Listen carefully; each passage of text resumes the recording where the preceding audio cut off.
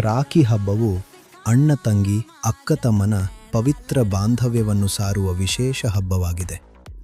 ಈ ದಿನ ಸಹೋದರಿ ತನ್ನ ಸಹೋದರನ ಕೈಗೆ ರಾಖಿ ಕಟ್ಟಿ ಅವನ ಸುಖ, ಸಂತೋಷ ಮತ್ತು ದೀರ್ಘಾಯುಷ್ಯಕ್ಕಾಗಿ ಪ್ರಾರ್ಥಿಸುತ್ತಾಳೆ. ಸಹೋದರನು ತನ್ನ ಸಹೋದರಿಯನ್ನು ಸದಾ ಪ್ರೀತಿಯಿಂದ ಕಾಪಾಡುವ ಭರವಸೆ ನೀಡುತ್ತಾನೆ.